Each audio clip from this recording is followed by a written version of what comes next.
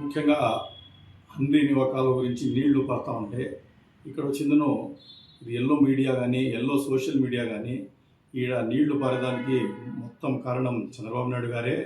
ఆయనే భగీరథుడు, ఆయన సూర్యుడు ధీరుడు, ఆయన వల్లే ఇవంతా నీళ్లు పారుతూ ఉన్నాయి. ఈరోజు మనం నీళ్లు చూస్తూ ఉన్నామంటే ఆయన అసలువే అనే ఒక తప్పుడు ప్రోపగండా చేసి ప్రజలకు తప్పుదోవ పట్టిస్తాం. యాక్చువల్గా హంద్రీ నివా కాలువ ఈరోజు ముఖ్యంగా దీనికి పునాది వేసిండేది మన 2004లో వైఎస్ రాజశేఖర రెడ్డి గారు.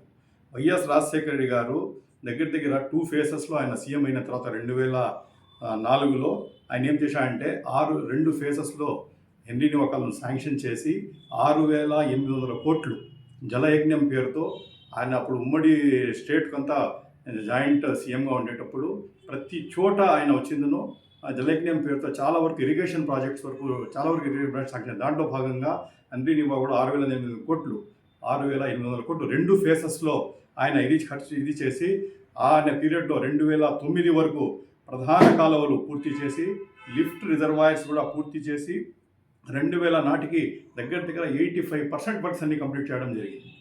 కానీ 2009లో దురదృష్టవశాత్తు ఒక హెలికాప్టర్ దుర్ఘటన ఆయన స్వర్గస్థులైనారు. దాని తర్వాత వచ్చిందను అప్పుడు చాలా వరకు వర్క్స్ దాని తర్వాత చాలా వరకు స్లో అయిన తర్వాత ఆ టైంలో తెలంగాణ అని రాష్ట్రాల విభజన ఈ ప్రక్రియ ఉండేది వల్ల ఈ వర్క్స్ అన్ని కొంచెం స్లో అయిపోయి ఆ వర్క్ కొంచెం నత్తనడగా జరిగినాయి.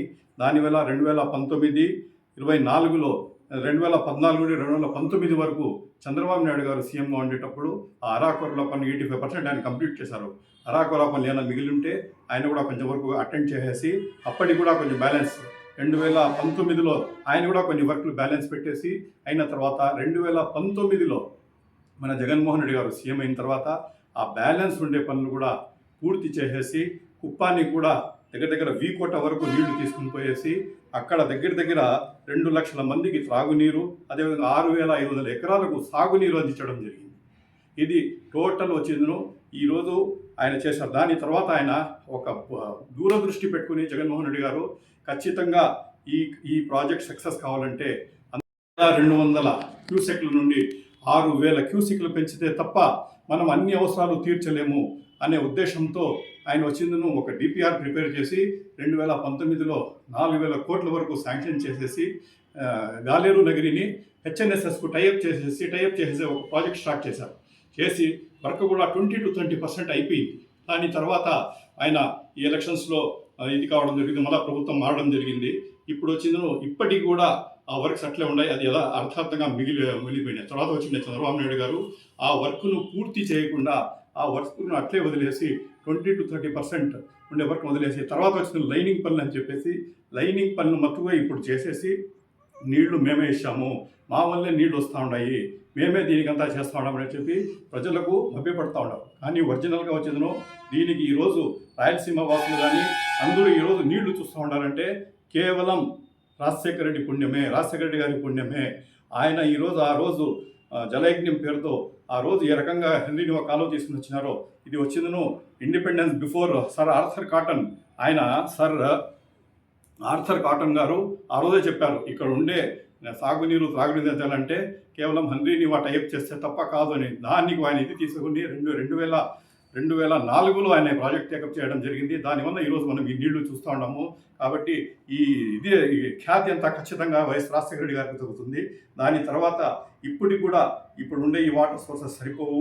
ఖచ్చితంగా దానికి వచ్చిందను దీని కెపాసిటీ పెంచాలంటే 100% మనం వచ్చిందను దీని క్యూసెక్స్ 3,200 ఉండే క్యూసెక్స్ 4,000 క్యూసెక్ 6,000 క్యూసెక్లు చేయాలంటే ఖచ్చితంగా జిఎన్ఎస్ఎస్ గాలేరు నగరిని దీన్ని టైఅప్ చేసేసి ఆ అర్థార్థంగా నిలిచిపోయిన వర్క్లను కనుక పూర్తి చేయగలిగినామంటే ఖచ్చితంగా మనకి వచ్చిన ఈ కాన్స్టిట్యున్సీస్ కుప్పం కానీ, పలంనేరు కానీ, పొంగనూరు కానీ, మదనపల్లి కానీ, అదేవిధంగా తమ్మళ్ళపల్లి కానీ, కదిరి కానీ ఈ అన్ని కాన్స్టిట్యున్సీ కూడా సాగునీరు అందించగల వాళ్ళు అవుతాం. లేదంటే ఖచ్చితంగా ఏదో ఒక కాన్స్టిట్యున్సీకి ఇవ్వడము, ఆడ పలుకుబడి ఉంటే ఆ కాన్స్టిట్యున్సీకి ఇవ్వడం, మిగతా వాటికి నిలిచిపోవడము ఈ రకంగా జరుగుతాయి. కాబట్టి అందరికీ న్యాయం చేయాలంటే ఈ ప్రాజెక్ట్ పూర్తి అయితే తప్ప 100% దీనికి మనం 100% న్యాయం చేయలేము. కాబట్టి మేము వైఎస్ఆర్సీపీ పార్టీ తరఫున ఇదే డిమాండ్ చేస్తున్నాం.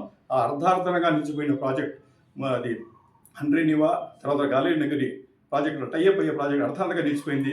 దాన్ని త్వరితగా దానికి మళ్ళీ వర్క్ స్టార్ట్ చేపించేసి అది కంప్లీట్ చేసేసి నీళ్లు సఫిషియెంట్గా తీసుకోగలిగినామంటే అన్ని ప్రాబ్లమ్స్ సాల్వ్ అవుతాయి. అదేవిధంగా మదనపల్లి కాన్స్టిట్యున్సీకి వస్తే అన్ని ఈ సమ్మర్ స్టోరేజ్ ట్యాంక్ కూడా నీళ్లు కూడా నింపేసి అప్పుడే ఆ టైంలోనే డిస్ట్రిబ్యూషన్ కూడా రెడీ చేసి పెట్టేసినారు. పైపులు అన్ని లోపలంతా వేసినారు.